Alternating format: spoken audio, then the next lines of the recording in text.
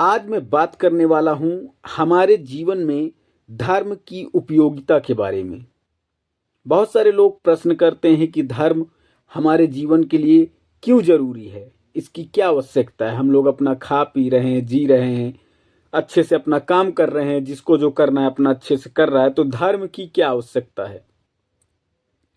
बहुत बढ़िया प्रश्न है, लेकिन आप सभी से मैं जानना चाहता हूँ कि आपका संबंध आपकी बहन के प्रति और आपका जो व्यवहार है आपकी बहन के प्रति, आपका संबंध आपकी बुआ के प्रति और आपका व्यवहार जो है आपकी बुआ के प्रति होता है। इसी तरह अन्य बहुत सारे संबंध, जैसे अपनी पत्नी के प्रति आपका संबंध जो है उसकी जानकारी, साथ ही साथ उनके साथ आपका व्यवहार कैसे होना, सिर्फ आपको संबंध के आधार पर पता चल जाता है कि अगर हमारा इनके साथ ये संबंध है, कोई दूसरा भी होगा। अगर आपने किसी को पहली बार बहन बोल दिया है तो आपको आइडिया लग जाता है कि हमारी बहन है, हमने इसको बहन माना है, तो इसके साथ हमको कैसा व्यवहार करना है। तो ये भावना यानी ये व्यवहार करने का तरीका सलीका कहाँ से पैदा हुआ और आप इसको मानते क्यों हैं? क्या कोई आपको बहुत मजबूर करता है कि नहीं, आपकी ये बहन हैं, आपने इनको बहन माना है तो आपको इस तरह से व्यवहार करना पड़ेगा? ऐसा तो नहीं है। लेकिन आप अगर किसी को अपनी बहन मान लेते हैं, भले ही वो कोई दूसरा हो, कहीं का भी हो, तो आपका व्यवहार ऑटोमेटिक बदल जाता है। तो साथियों, इसके पीछे जो मूल कारण है जिसकी वजह से आपके अंदर ये भावना आ जाती है, वो है धर्म। क्योंकि धर्म ही बताता है, धर्म ही सिखाता है, धर्म ही सिखाता रहा है और धर्म आगे भी सिखाता रहेगा कि हमारा जो व्यवहार है किसी भी व्यक्ति के प्रति, वो उन संबंधों के आधार पर होता है जो संबंध हमारा किसी व्यक्ति के प्रति है। वो बताता है कि ये हमारी बहन है, इसको हमने बहन माना है, तो हमारी बहन के प्रति हमारा संबंध कैसा हो और व्यवहार कैसा होना चाहिए, उसकी रक्षा करनी है, उससे अच्छा व्यवहार रखना है, हाँ, उसको दुनिया के बुरे लोगों से बचाना है, या कहें तो हर जगह उसकी सहायता करनी है। इसी प्रकार अपने माता पिता के प्रति जो भाव है वो भी हमें धर्म ही सिखाता है। बहुत सारे ऐसे लोग हैं, बहुत सारे ऐसे जो है व्यक्तियों के बारे में आपने पढ़ा होगा, देखा होगा, सुना होगा कि उन्होंने अपने पिता को बहुत दिनों तक परेशान किया, प्रताड़ित किया, उनको कष्ट दिया।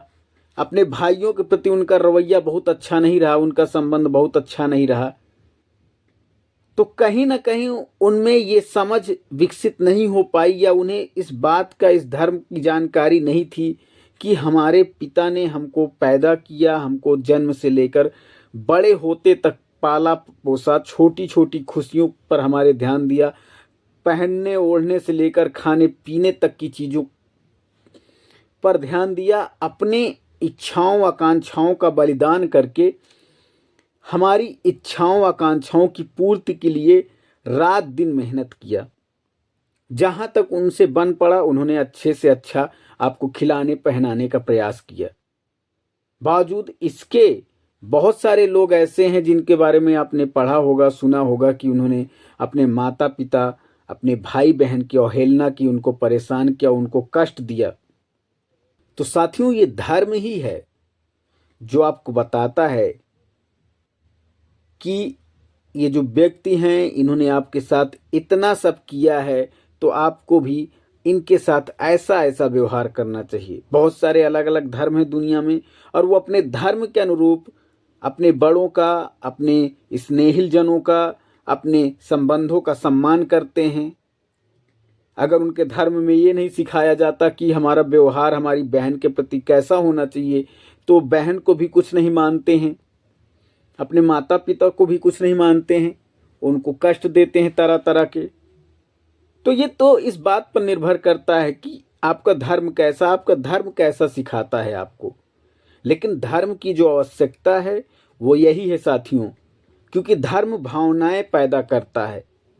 अच्छी खराब वो धर्म के आचरणों पर निर्भर करता है, धर्म के नियमों मान्यताओं पर निर्भर करता है कि वो धर्म कैसी आप अपने जो है नियम बनाया हुआ है, धर्म के क्या नियम है, धर्म कैसे संचालित होता है, कौन संचालित करता है, किस विचारधारा से वो धर्म लोगों पर लगता है। तो ये होता है धर्म का महत्व। दुनिया में बहुत सारे धार्मिक स्थल बनाए जाते हैं, मंदिर बनाए जाते हैं, तो उसके पीछे भी यही उद्देश्य होता है कि अगर आपकी आस्था किसी धर्म में होगी तो आप के अंदर ऐसी भावनाएं जरूर आएंगी जो आपको सही मार्ग पर चलने के लिए प्रेरित करेंगी, क्योंकि धार्मिक स्थल जो आपको अच्छे मार्ग पर बताती हैं चलने के लिए, या आपके अंदर ऐसा भाव आता है कि नहीं ये धर्म का मार्ग है, ऐसे अगर हम जिएंगे तो लोग जो है हमसे खुश होंगे, या ईश्वर हमको कष्ट नहीं देंगे, ईश्वर हमारी सहायता करेंगे। तो ये ऐसे स्थलों पर जाकर आपके अंदर भाव आता, आपने हमेशा महसूस किया होगा। तो कोशिश करनी है धर्म से जुड़ें, धर्म को मानें, अच्छे आचरणों का अनुसरण करें, धार्मिक स्थलों पर जाएं, वहाँ की पद्धतियों का अनुसरण करें और अपने जीवन में उतारें। भावनाएं ऐसी रखें जो लोगों का हित करें, सहायता करें, मदद करें, धर्मानुकूल हों। क्योंकि बहुत सारे लोग जो धर्म का आचरण करते हैं, शायद उन्हीं की वजह से संसार में स्थिरता है, इंसानियत अभी भी जिंदा है, धर्म के अनुसरण करने के ही कारण। अगर धर्म ना होता तो लोगों के अंदर वो जो भय है, या भय नहीं कहेंगे इसे, धर्म भीरुता नहीं कहेंगे, धर्म भीरुता का मतलब है आप भय से धर्म अपना रहे हैं। मेरे कहने का अभिप्राय वो नहीं है। मेरे कहने का अभिप्राय ये है कि धर्म को जब आप जान जाते हैं तो आपको पता चल जाता है कि वास्तविकता क्या है, इंसानियत क्या है, हमारे संबंधों का क्या महत्व है, लोगों के साथ हमको कैसा व्यवहार करना है और हमारे व्यवहार के अनुरूप हमको कैसा परिणाम मिलेगा। मैंने अपनी पिछली वीडियो में बताया कि जैसा आप कर्म करेंगे वैसा आपको फल जरूर मिलेगा, चाहे वो आप अच्छा करें चाहे बुरा करें। आपने भौतिकी में भी पढ़ा होगा, every action has equal and opposite reaction, यानी प्रत्येक क्रिया के बराबर और विपरीत प्रतिक्रिया होती है। लेकिन ईश्वर के केस में कुछ और ही है। अगर आप किसी को 1 दाना देंगे तो ईश्वर आपको 10 दाना देने की इच्छा रखते हैं। अगर आप किसी के साथ थोड़ी सी मदद करते हैं, थोड़ी सी सहायता करते हैं, तो ईश्वर आपको 10 गुना सहायता मुहैया करवाते हैं। आप अगर किसी के साथ थोड़ी सी धोखेबाजी करते हैं, किसी को कष्ट देते हैं, परेशान करते हैं, तो ईश्वर आपको उसका 10 गुना कष्ट देगा, परेशान करेंगे। इसलिए अपने आचरणों को बदलें, धर्म का अनुसरण करें और धर्म के प्रचार प्रसार में अपना सहयोग करें, अच्छे कर्म करें ताकि आपको उसका 10 गुना मिले। धन्यवाद साथियों।